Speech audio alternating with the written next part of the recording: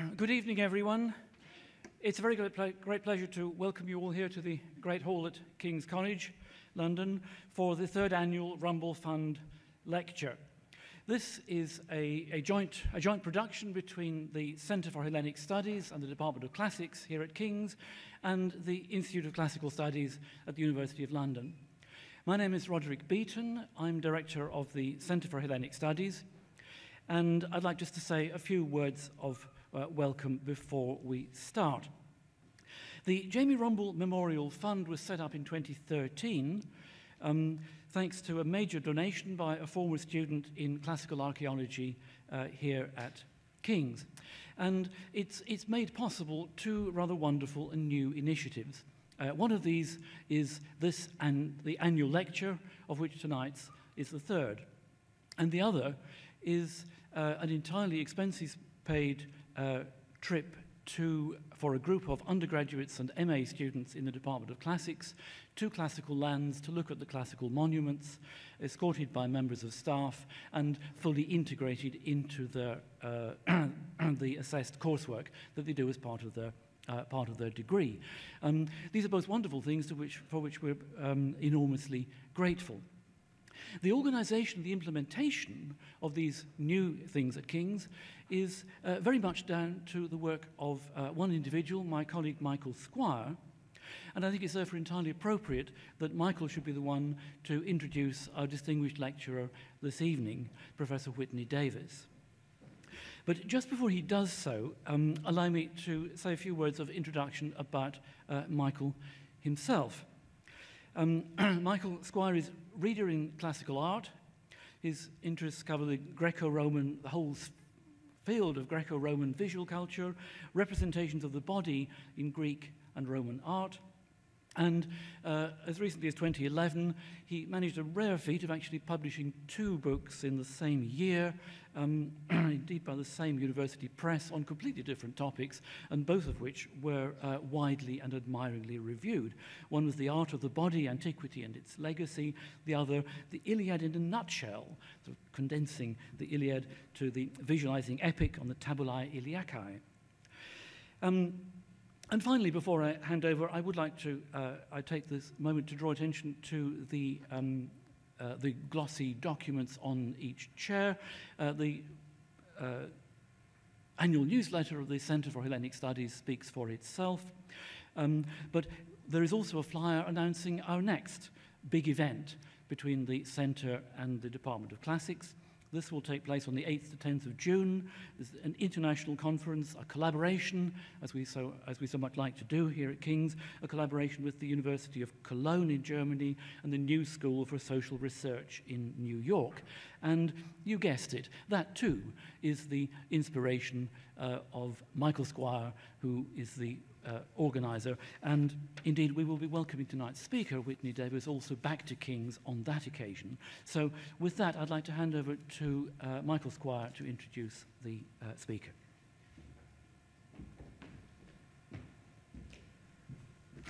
Thank you very much, Roddy. Before I introduce tonight's speaker, Whitney Davis, I just wanted to show you a couple of pictures from the Rumble Fund trips and the work that we do. The Rumble Fund itself comes about thanks to the generosity of a former student, as Roddy declared, and it's one of those beacons of light in what can be, especially on budget day, a fairly gloomy outlook. It's an initiative entirely there for the benefit of our students at King's. And if you go online to our website, the Department of Classics, you can find various reports and pictures of the trips to date. Trips that have been to Greece in the past, as in the last 2 years, and most recently in December of this year to Rome itself. Giving you just a couple of pictures of students in action. Here you can see various students, in one case, mimicking the pose of Myron's Discobolos quickly before the security guards moved us on. I also just wanted to mention one particular initiative of this year, namely our social media outlooks.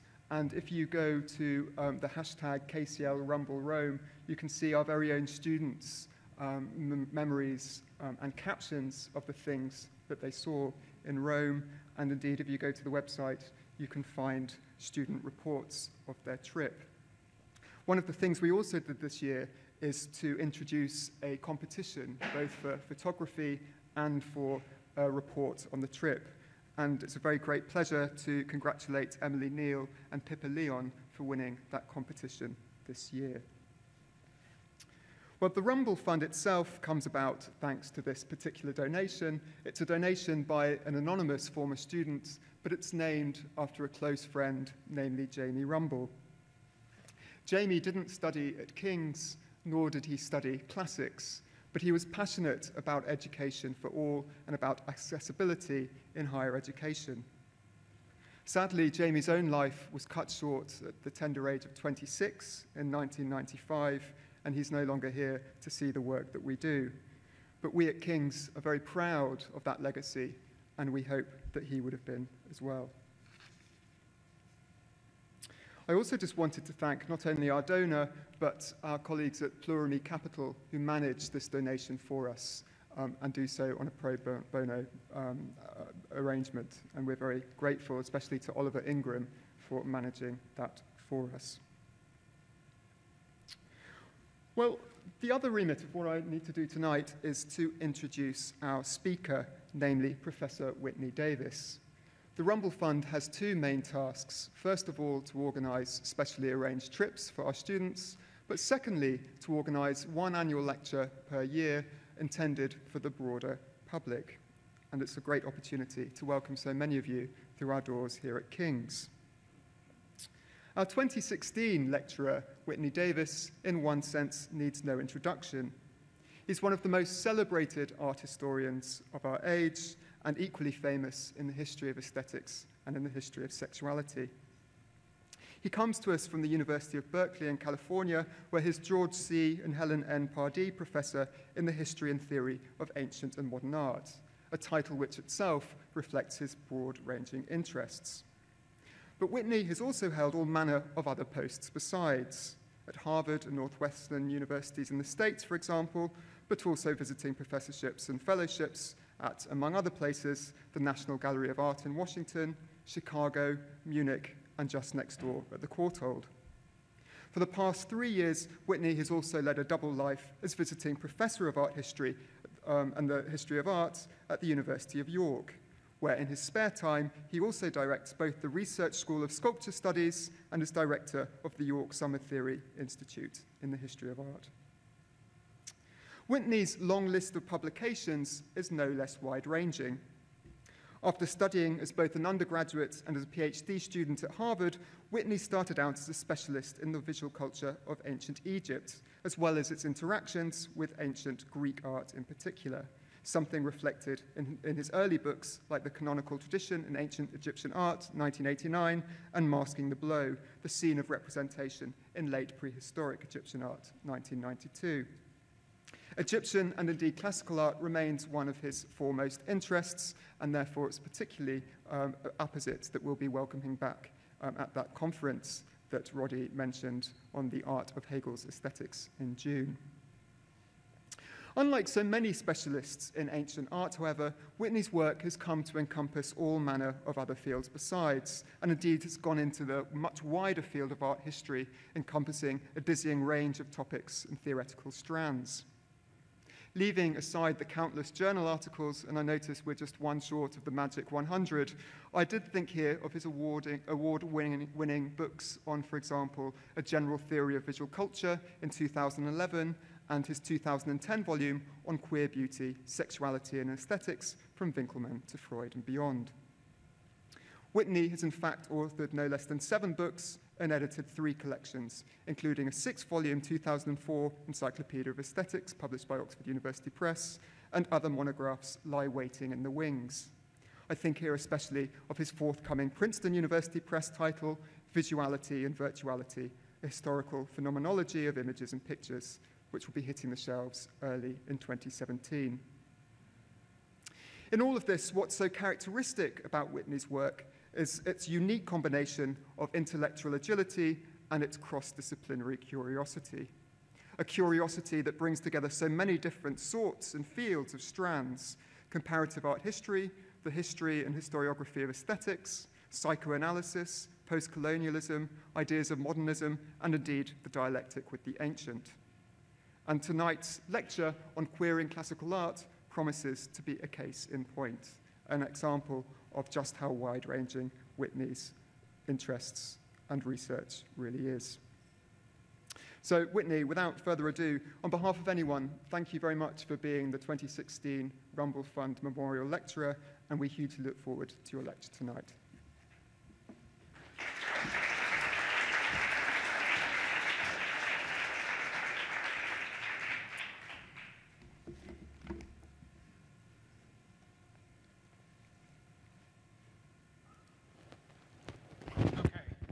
Sound level good for the tape?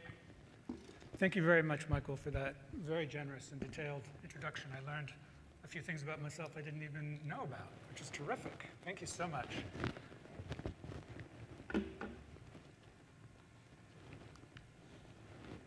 Queering classical art. I begin with an informal notion of what it is to queer a person, a social relation, or a cultural representation. It's to look for and notionally to find their or its dimensions of non-standard gendered sexuality, and in modern Western societies, specifically its non-heteronormative dimensions, its parameters of erotic feeling and sexual activity outside procreatively oriented cross-sex or heterosexual mating in the sexually dimorphic human species. For much of the past 250 years, this has often been to look for, and notionally to find, so-called androgynous, homosexual, and bisexual parameters, to use only some of the terms available by the year 1900. Of course, we might find that such dimensions, though not heteronormative, can be normative, customary, and prescriptive, that they contribute to biological, social, and cultural reproduction, and that they are neither mutually exclusive nor incompatible with new dimensions of erotic life that emerge historically. And I will return to these nuances, all of which apply to the historical case of ancient Greek society. But let's start with the notion of being outside the sexual norms of a culture, queer in the old sense of odd and peculiar, maybe dangerous. Immediately, this opens an approach to queering classical art, by which art I'll mean not only the pictorial styles of ancient Greek art, notably Attic and Athenian art, after the Persian sack of Athens and its Acropolis in 480 BCE, through the end of the 5th century and the completion of the rebuilding programs on the Acropolis. I also mean that ancient Greek art replicated in subsequent classicisms and neoclassicisms, including modern ones. For whatever the status of classical art in its own time, a question to which I'll return, in later European aesthetics, it came to have a normative status as classical, canonical, timeless, ideal, from the Enlightenment and before to the Victorians and beyond into artistic modernisms. To queer classical art, then, would be to look for the non-normative erotic and social and sexual quotients circulating in, around, and outside classical artistic ideals as understood at any given point in the long European replication of classical tradition. 4 queerings of classical art: 1750, 1890, 1910, and 1980. Let's look at 4 such episodes, each well known. Keep in mind that even if our protagonists thought that they had identified what's really queer in classical art, transgressive parameters of its aesthetic identity and erotic valences in social context, they also responded, maybe more subversively, to non-heteronormative social and artistic possibilities in their own time and place. In the 1750s and early 1760s, the great antiquarian Johann Winckelmann exploited the classical ideal in sculpture, which he took to be idealist, as it were, in the male figure, partly in terms of Greek pederastic homoeroticism in the 6th and 5th centuries BCE. The Greek custom in which men and older youths, citizens, formed affectionate pairs with younger youths and boys, pairs erotically charged, socially validated, and morally valuable, at least in cultural representations of them as ideal. Winckelmann never visited Greece, and until he relocated from Prussia to Rome in 1755, his visual sources for classical Greek art were engravings, ancient statues badly displayed in German collections, and small-scale gems and coins whose opaque iconography he tried to unravel. It's a very famous example. Winckelmann interpreted this tiny little Etruscan gem as showing a hero removing a javelin from his calf. It's now understood to be an athlete cleaning himself with a scraper after his exertions. Just an example of how tricky it is to even get the basic motif identified. He did pretty well, actually, on the whole. His view of pederastic homoeroticism as the artistic and moral frame of classical visual art was literary, based on ancient Greek mythology, poetry, and drama, and above all on the dialogues of Plato and Xenophon's account of the life of Socrates. He himself had to make the connection to art, to sculpture, that the Greeks took for granted. A Greek sculptor, he thought, depicted young men culturally idealized in pederastic terms as potential lovers, responding erotically as a male artist to such real youths as they could be seen and maybe approached in the gymnasia and at athletic games. Winckelmann half joked, in fact, that the sculptor simply copied the outlines left in the sand at the gymnasia by the bodies of young athletes he admired. I don't think that would actually work, but it's a nice idea. It's no surprise, at any rate, that Winckelmann accepted the tradition that Socrates had been a sculptor. He imagined that the Socratic sculptor, an older man admiring a younger, depicted young men who held the complementary position in pederasty, seeking to live up to the honor extended to them in sculptures that praised their perfect physiques and virtuous characters. A cycle of emulative relations between artworks and human prototypes that continuously recharged the forms of art in the play of love, and vice versa. Love continually made as art, maybe primarily as art. I love this wonderful engraving by the French artist Girodet to the Odes of Anacreon. All the elements of the circuitry are there. The human prototype, the lover making the picture itself, the poet or the voice of civilization, culture, speaking, and of course, little Eros down here reminding us that the boy is beautiful. All very queer.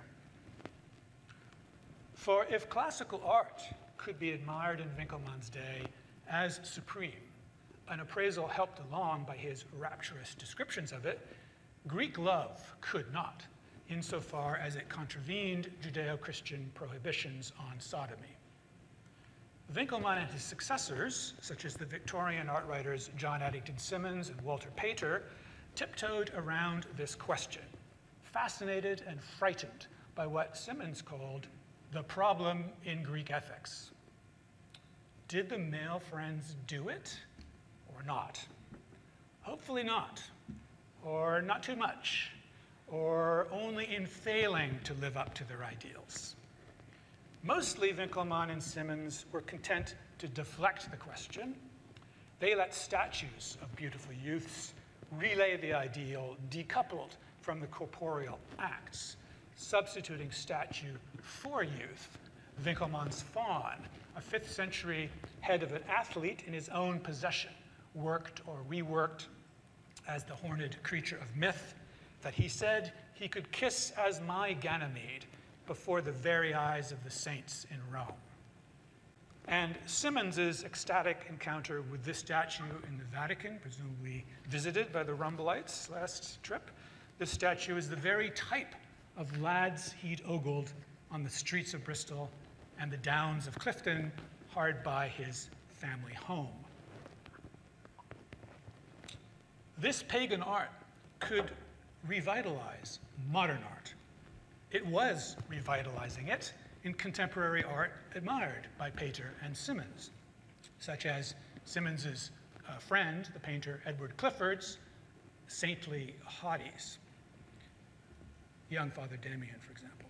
And perhaps it could open up a back door, as it were, for a new modern pederasty, stabilized, queerly, ethically, without sodomy.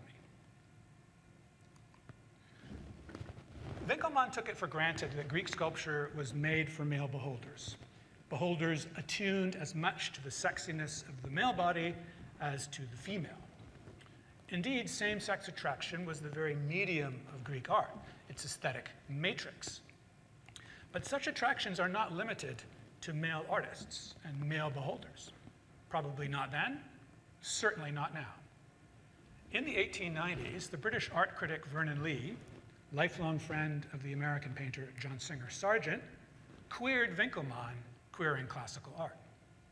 For her, same-sex attraction, in her case, her life of romances with American, British, and European women, such as Flora Priestley on the right, was not only the social context of Greek art, it's the very instrument of beholding itself, then and now.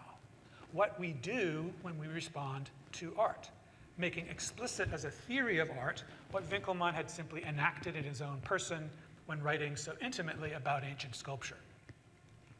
Working with her lover, Clementina Anstruther-Thompson, Kit, herself a painter, in the 1890s, Lee investigated the phenomenon of empathy, which they understood as our inner imitation in the flexes and fluxes of our own bodies of the kinds of stillness and movement we observe in objects, above all in the people who are overwhelmingly alluring to us, like Kit for Lee, and other beautiful women in her life, Flora, Mrs. Ralph Curtis, people we want to know all about, as it were, from within, literally feeling them in us in them. Above all, we want to feel them when they are taking self-realizing pleasure in their own bodies, feeling beautiful to themselves. Flora singing in Sargent's painting, a labyrinth, Lee said. Kit dressed up like the mystery lady on the left in Titian's Sacred and Profane Love, making a sketch maybe of how that painting feels for her as her gaze travels over it, an inquiry aided by the literal reenactment.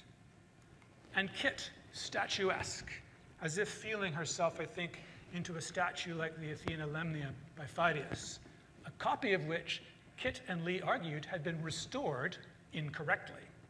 Kit reconfigured it so that the head, she wrote, seemed rightly placed, and the figure looked natural to them. In a feedback, when Flora sings, Kit poses, they bring the forms of art into themselves, feelings that can only be had from art, or in it, because internal to the materials of art, such as the way a sculpted foot seems to press into its pedestal, as if the foot were even harder than the stone. The way a mosaic in the Florentine baptistry, as Lee wrote in her diary, seems to dap up and down, fearfully acute as action. The mosaic was partly Kit and Lee. They spent hours studying and drawing it. As Lee saw it, the Greeks had mastered this feedback between art feelings and feeling art. Greek sculpture became naturalistic by empathetically opening up many interacting body images. All very queer. For empathy has a gender and a sexuality. It's deepest in feeling the feelings of a member of one's own sex. That is, in feeling the gender of the body one has, its kinds of arousals, its libido, as Freud would say. And its most acute, exquisite pain when feeling the gender one has in the body, actions, and pleasures of a member of one's own sex with whom one is totally smitten, aesthetically and erotically bound up. The puzzle then is not how Greek sculptors, male sculptors, felt their way into Hermes, but how they felt their way into Athena, how Sargent felt his way into Flora, if they did. When empathetically approached, classicism in art is enduring proof it can be done. But why? For Winckelmann, the reason it could be done was the erotic legitimacy of men making images for men, images of beautiful men and women. But is Sargent's success in portraying Flora feeling herself as beautiful, and Lee acutely felt his empathy for her friend because he painted it for men, maybe loved men? The scholarly consensus today would probably have it that Sargent was practicing homoerotic and possibly homosexual artist. Aesthetic success now, in Lee's world of wealthy female friends at any rate, is bigendered, perhaps exposing a deeper principle than Winckelmann's at work in Greek art, in any beautiful artwork. What is this principle? In his 1994 book on Winckelmann, the art historian Alex Potts used psychoanalytic concepts of narcissism and fetishism to understand Winckelmann's queering of classical art, his fantasies of its ancient homoerotic meanings. Winckelmann's faun has elements of a sexual fetish. The transposition of sexual action onto parts of the body or inanimate things as a displacement of the actual object of sexual fascination, the uncontrollably dangerous and animate penis, where it is and where it's gone, who has it, what it does, with whom. Or so I sum up Freud's theory in his great essay of 1927 on fetishism. Between 1900 and 1910, Freud queered Winckelmann queering classical sculpture, notably in a 1908 essay on the sexual theories of children. What's queer about classical sculpture, Freud speculated, was not its depiction of a socially validated and culturally customary homoeroticism, the conscious frame within which Socrates had understood his sculptures, as Winckelmann had thought. What was truly queer in classical art was its incorporation of sexuality before homosexuality, before any mature human genital sexual relations, hetero or homo, and partly repressed in genital sexuality as a defense against persisting archaic drives and fantasies. For Freud, then, the prime objects of classical art, classical visual culture, were not the statues of handsome athletes or lovely women. They were talismanic figurations, enigmatic metaphors of pansexual, androgynous, and hybrid beings who projected bisexuality, Freud's term for the polymorphous perversity of infants and children, their receptivity to pleasurable stimulations of all parts of their and others' bodies, not only the sex organs, but also mouth and anus, feet and fingers, hair and skin, body fluids, clothing. The ancient hermaphrodite figuratively embodied the sexual theory that Freud attributed to a male child before he sees and assimilates the fact of sexual dimorphism, namely his theory that both father and mother have a penis, though neither looks quite like his own, a traumatic disparity that can drive his growing sexual capacity into perversions. For Freud, the intense scopophilia, or love of looking, that Winckelmann saw as a motor of Greek art revealed its psychic origin in the overwhelming desire to see, to play with, the zones and products of genitals, mouth, anus, one's own, and others. We don't have to look far for this in classical imagery. One classicist describes this scene on an attic painted vase of the first half of the 5th century. An athlete puts a finger, maybe two, to another's anus, maybe into him, as a jocular insult. But another scholar, more Freudian, says that it reveals the tactile claim of sight and one of its preferred targets, though the beholder, us, the onlookers, has to fantasize the hidden touch, just out of sight, according to our own bisexual wishes and fears. All very queer then. In the people Freud encountered in his consulting room in Vienna, bisexuality was unconscious, the forgotten platform on which mature sexual identifications are erected, hetero and homo. But among the ancient Greeks, primal bisexuality was partly de-repressed, partly expressed in figurations relaying psychically unforgettable infantile fantasies. This wasn't because Greek men were routinely bisexual in their normal adult genital sex life, though they were. It was because Greek male genital erotics queered itself in striking myths and metaphors, as essentially bisexual in its own pre-Freudian sense, the very queering that Freud offered to the more repressed men and women of Vienna.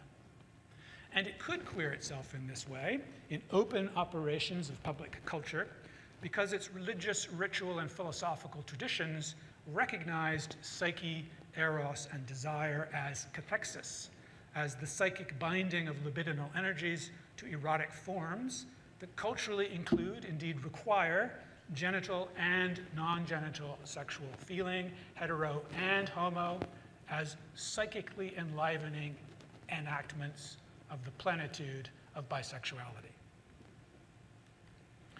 Freud had an intense identification with Greece and Rome, but he was not a classicist.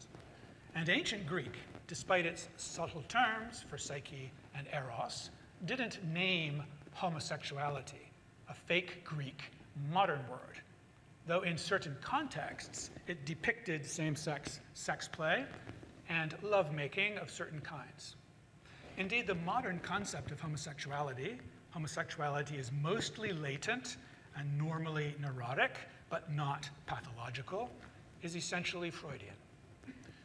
In the late 1970s and 80s, the Oxford classicist Kenneth Dover and his close reader, the philosopher Michel Foucault, queried Freud, querying Winckelmann, querying classical art. Dover wrote charmingly, here he is nicely garbed as Chancellor of the University of St. Andrews. Dover wrote charmingly that experience has compelled me to believe that some elements in Freud's psychodynamics are true, and the common sense assumptions which conflict with them, untrue. But he avoided Freudian notions of psychic bisexuality and homosexual feelings as universal parts of maturation. Instead, he focused on the practices, conventions, and terms within which Greek men organized their mutual eroticism, a strictly historical, philological, and iconographic approach. Dover not only had a classicist's education to interpret tricky texts, he could also use a body of evidence far less thoroughly known to Winckelmann. The quantity of painted Greek vases from the archaic and classical periods that depict pederastic social relations, men's courtship of youths and boys, as in these two pictorializations here, and the symposium, a drinking party involving sex acts between older and younger men, and between these men and slaves and female prostitutes. The bodily rituals and visual dynamics of these practices were pictured by vase painters, so though maybe as fantasy. Painters made many of the pots for symposia as furnishings in their erotic games. Vases also depicted female activities and gender norms. Male homoerotic and female domestic roles were mutually defined pictorially. But Dover focused on Greek homosexuality including rare depictions of female same-sex eroticism. We shouldn't assume, Dover took care to say, that the vases depict what actually occurred sexually between men in courtship and copulation. And anyway, what's actually occurring must be inferred as the characters' inner intentions from their outer poses and gestures, requiring knowledge of the pictorial code. That was one of Dover's major achievements as a quasi-art historian, was to unpack that code with considerable specificity.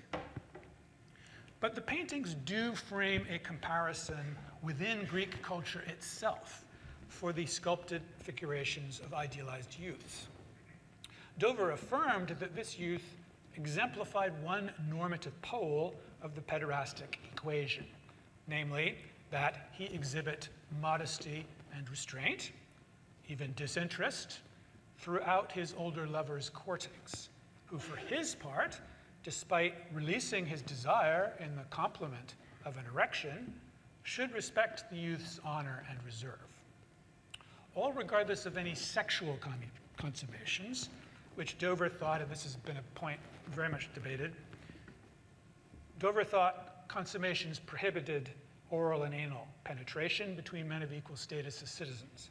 Their roles were clearly defined in terms of sex acts, permissible or not, to one or both parties, cumulatively maintaining norms of masculinity transmitted between the generations. Foucault ran with this in his own way, not only in essays reviewing Dover, The Caresses of Men Considered as an Art of 1982, and Use of Pleasures and Techniques of the Self of 1983.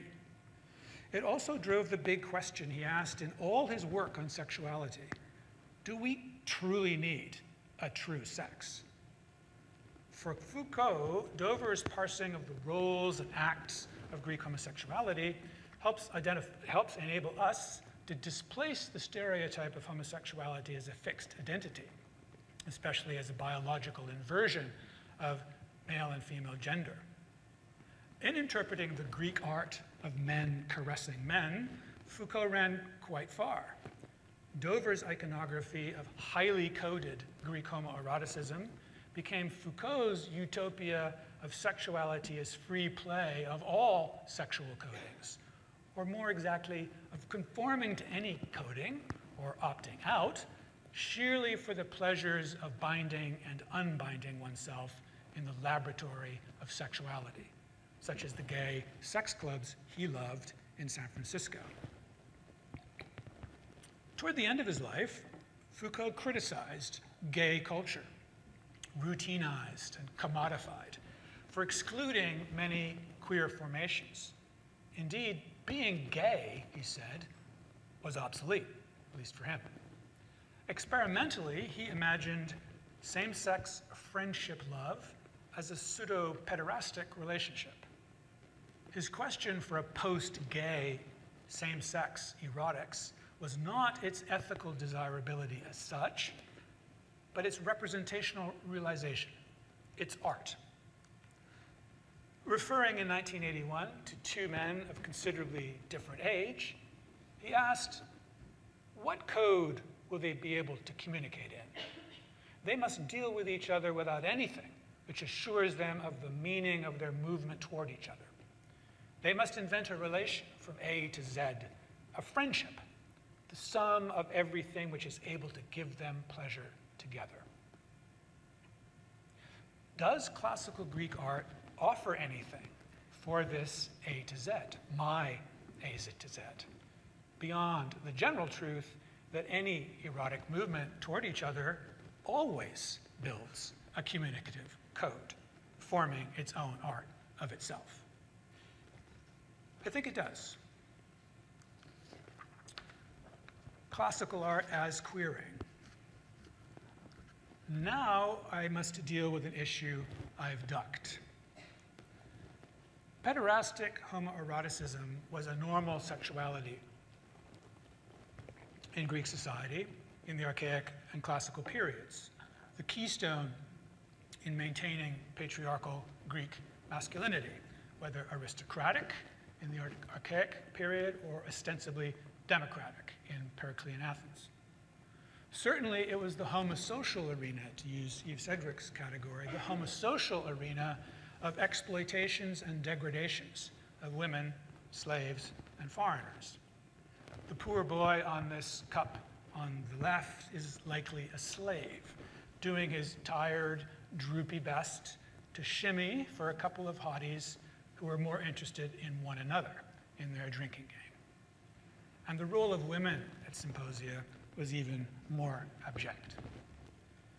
But if Dover's Greek homosexuality was these sexual means of privileged men's social domination, how could it have been subversively queer? Even if Winckelmann, Lee, Freud, and Foucault pried open aspects of its culture they could find queer, potentially transformative for their time and place in 1750, 1890, 1910, and 1980. I began, after all, with the notion that queer is outside norm. For Winckelmann, without sodomy. For Lee, between genders. For Freud, before heterosexuality. For Foucault, after gay. I suggest a solution to this puzzle. If pederastic homoeroticism was normal, and indeed normative, in ancient Greek masculine sexuality and gender, it was classical art, specifically classical art, that actually might have queered it.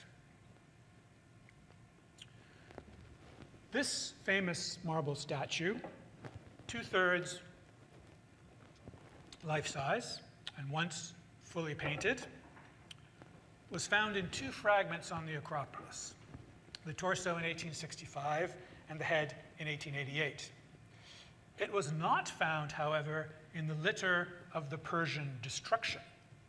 And I accept the careful conclusions of Jeffrey Hurwitz, a colleague of mine in American classical studies and art history. I accept the conclusions of Jeffrey Hurwitz, who dates it to the years right after the Persian invaders' defeat. That is, around 479 to 75 BCE. In 1987, Hurwitz, a la Kit, also made the correct fit of the head, which had long been attached wrongly. The statue is usually called the Critios boy, because it might manifest the style of the sculptor Critios, an artistic innovator of the mid-5th century. And on the bottom right there, I show you a head that's somewhat securely attached to the identity of this artist. But I don't need any particular attribution. Since his discovery, the boy has been seen as one of the first expressions of the classical style in Greek sculpture, maybe the first surviving, in his naturalistic weight-shifting contrapposto, in his veristic anatomy, in his pneumatic self-enaction, the convex chest seemingly filling with deeply inhaled air. Depicting a post-pubescent youth, his pubic hair was painted on. Presumably he was an athlete, maybe an actual victor, someone's beloved, maybe an ideal type, worthy of the dedication of a statue, maybe, as Hurwitz suggests, a Theseus, the founder king of Athens. Though not a portrait, he's quietly animate. He settles his weight on his left leg, and in his studied blankness, he seems to solicit his implied male beholder in a way that strikes me, as both seductively challenging and gently aloof. Still, if I restore his inlaid eyes and color his hair, using a bit of cheesy photoshopping, like a related head also from the Acropolis, the Blue-Eyed Blond Boy, he could actually be rather startling. The boy is often called a kouros, a votive or funerary statue of a standing naked youth representing a dead man, commemorated by the statue, very well built, one leg firmly advanced, coiffed elaborately, often including shaped pubic hair, smiling, a tad smugly, I think, and usually facing his beholders frontally, usually, though not always at eye level. Estimated to have been made in the thousands from the late 7th century to the early 5th in many locales in Greece, the kouroi are thought to exhibit the entire development of the archaic style up to the emergence of classical style. In the 1940s, Gisela Richter, curator at the Met, saw them as a smooth progression toward naturalism. This has now been modified to take account of regional variety and of archaisms in later periods. This bronze is now taken to be a later work, intended for a buyer who liked the antique style. In Andrew Stewart's comparison of kouroi at scale, you can feel the diversity of their visual effects. From colossal to our boy down there in the corner on the right. Still, the kouros was a stable type, maybe expressing a pan-Greek aristocratic identity. He embodied a set of distinctive associations for presumably awed local viewers, not least the remembrance of the dead man as stark naked in his impossible perfect prime. And as a kouros, the Critias boy ostensibly bears these significances. Or does he?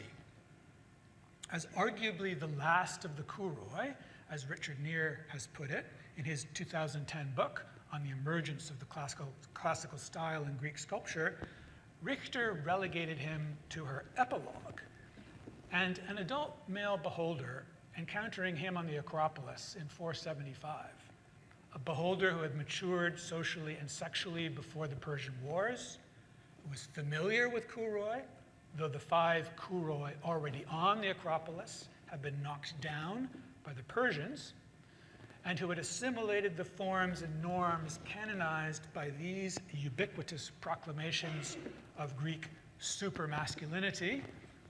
This beholder, I think, would have found the boy passing strange, quite queer.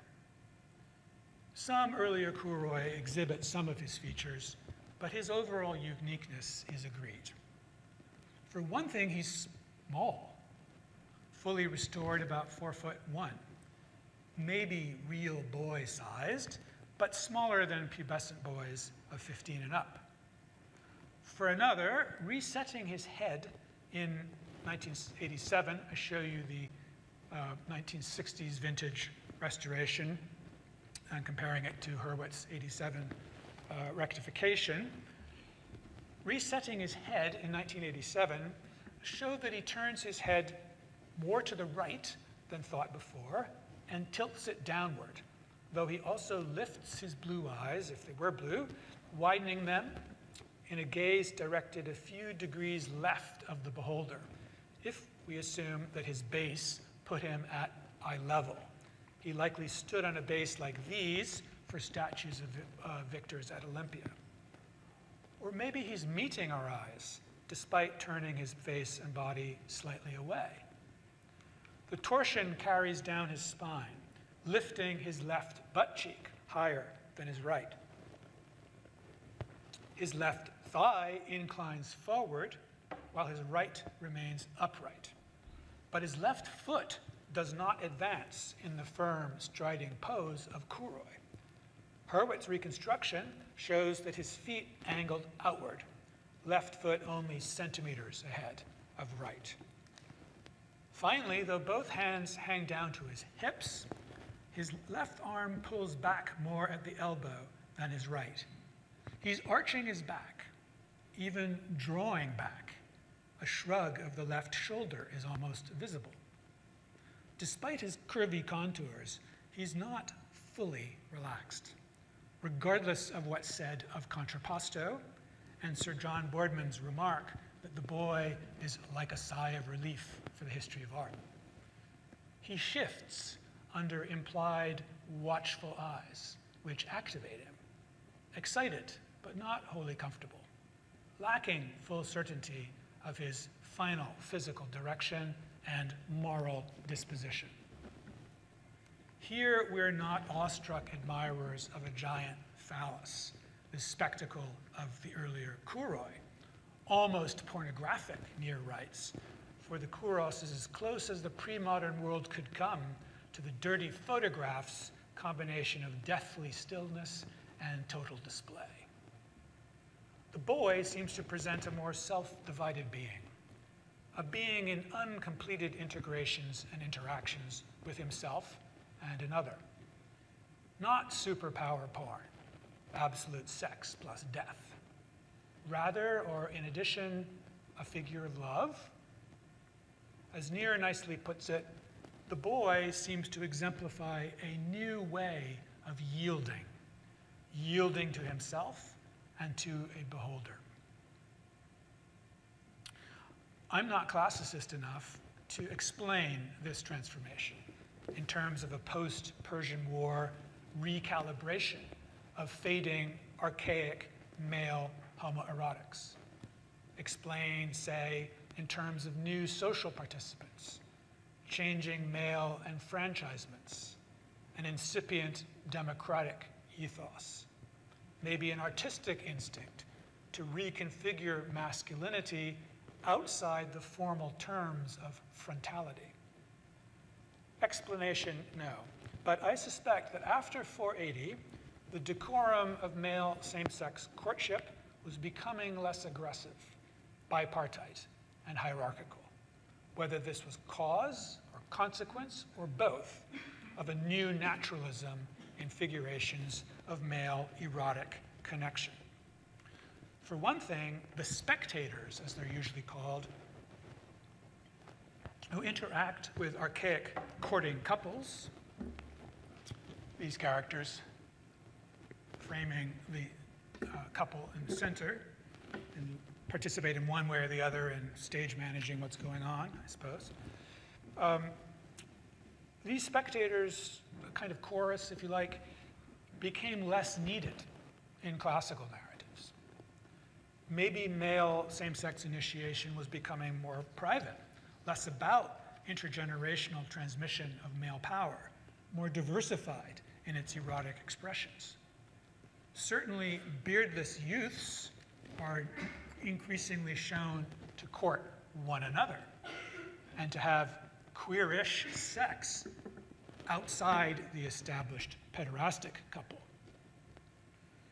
On painted symposium vases of the first half of the 5th century, we find a range of Critian boys, sometimes literally, insofar as Dover and Near disagree whether the kiss painter depicted a man admiring a boy athletic victor or admiring a statue of him. Our boy has been compared to this cup, showing a young boy surrendering to his lover, so Near. But I don't agree with Near that their poses are almost identical. Thanks to the gift of knuckle bones, this bold boy on the cup steps forward into the embrace. His partner takes care not to look, just to touch, and slinks into position for orgasm between the thighs. So Dover. The Critios boy remains planted in place.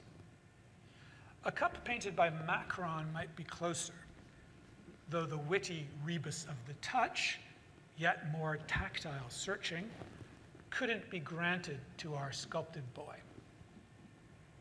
Looking or not looking has an etiquette. On the left, mutual orgasm is underway, but carefully, neither party looks at any part of the other, and certainly not at what's happening downstairs, happening genitally, which is unshrouded only for the beholder, who can also enjoy the sleeping slave, or does he pretend sleeping? In an inverse picture on the right, we can smile at newfound puppy love. And we can be amused by the endless play of shyness and advance, encouragement and restraint, enacted by forearms, wrists, hands, and fingers, feet entwined or not, the tilt of a head toward a shoulder or a kiss.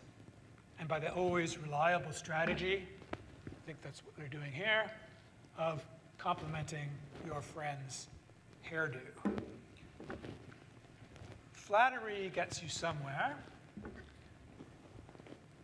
This young man is the center of attention, I suppose.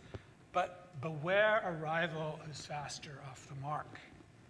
And sadly, you can only make eye contact with one person at a time, even though you're claiming the attention of two. On this wine mixing bowl, our boy is on the right, sort of. This scene has been described as showing the young prey, fascinated, advancing toward his hunter. His tensed foot indicates that the capture has succeeded. But I'd say it's more ambiguous. A compound boy approaches different faces of himself under his own self-assessing gaze and others, confident and doubting, a narrative of a new way of self-approaching integration in homoerotic affection as both lover and beloved of both himself and others. What strikes me is the underlying theme of these highly empathetic and searching figurations. Unlike the Kuroi, these characters don't flatly assume ideal homoerotic demands, roles, and acts, and they don't baldly project them. Instead, they query them.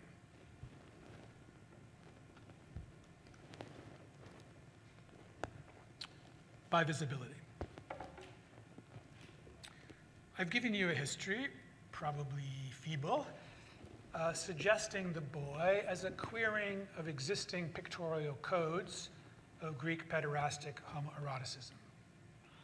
But maybe I've just invented him in my own terms. For example, as the ancient version of Foucault's after gay.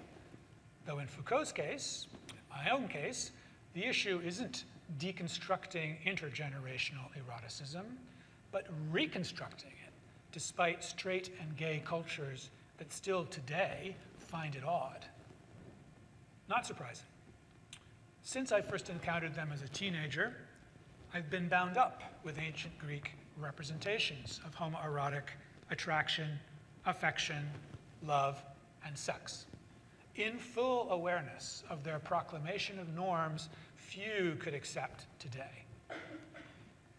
But I've roped them into my own ethics, my ways, not only out of the norms of the gay culture in which I was socialized, but also my ways in to exciting fields, queer to me, of bisexuality, polyamory, and queer family, calling on all my resources of creativity and caution, excitement and patience, daring, irony, and self-control. Feelings and capacities visible in those courting couples, in that marble body drawing its deep breath. Whether he advances or recoils, advances and recoils, he stabilizes a question to me in polyamorous friendship today. What might, can, and should be yielded, or not, and why?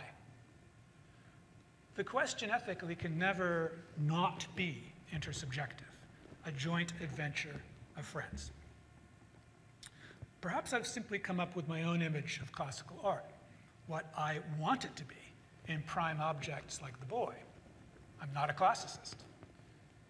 Still, I'm an art historian, and you might accuse me of not dealing with the evidence in its own terms culturally and contextually, thereby supposedly imposing my terms.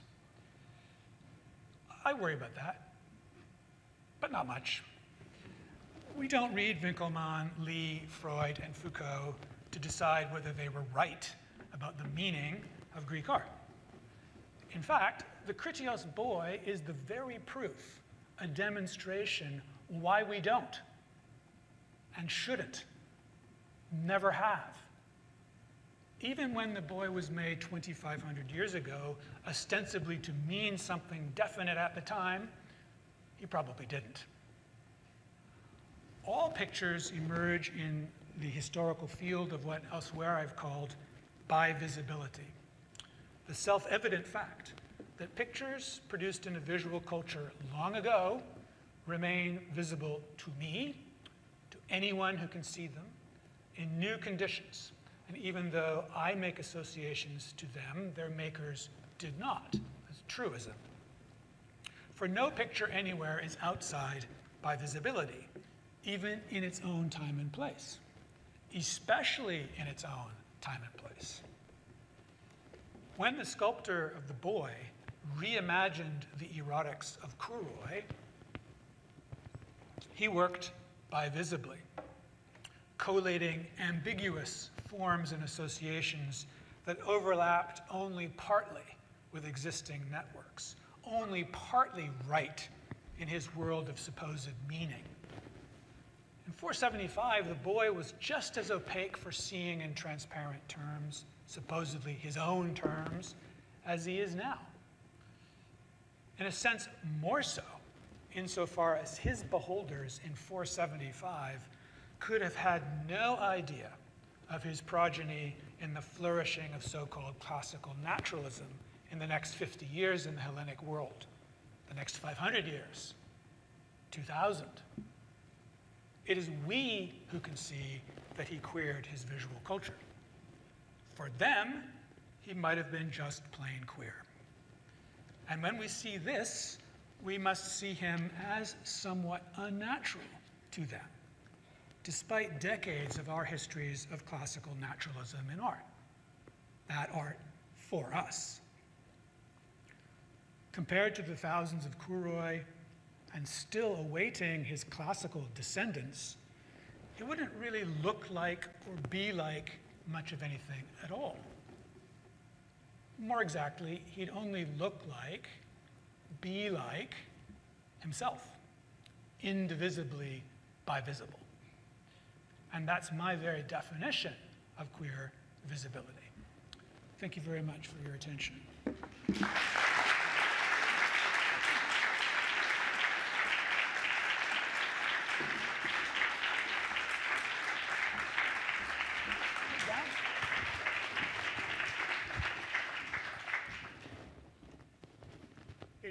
To me, as head of department Department of Classics here at King's, to bring these proceedings to a close. We're not going to have questions now. Those who would like to hear more from Whitney Davis are strongly encouraged to come back on the 8th to the 10th of June for the conference at which he will be here that Roddy mentioned earlier. But there will be an opportunity to talk to him informally after this, just outside. Before I sort of formally end proceedings, I want to say a little bit about the experience of the Rumble Fund lectures. Those of you who have been to all three may have spotted that we're gradually moving north physically from the River Room 2 years ago to the Safra Theatre last year to the Great Hall this year, and who knows where as we head up towards Bush House in the future. Those who have looked around the venues might have noticed that we are in some ways moving architecturally backwards from the modern art of the River Room to the classical imitation that is on display here. But what I think all the three of those lectures have been given by people not from King's, but I think that they have all embodied what classical art means at King's, both in the great diversity between the three lectures and in the newness of it all, the attempts to look at classical art in ways that haven't been looked at before, that are not exercises in antiquarianism, but exercises above all, I think, in looking at art and seeing what is there and seeing what it means to us now.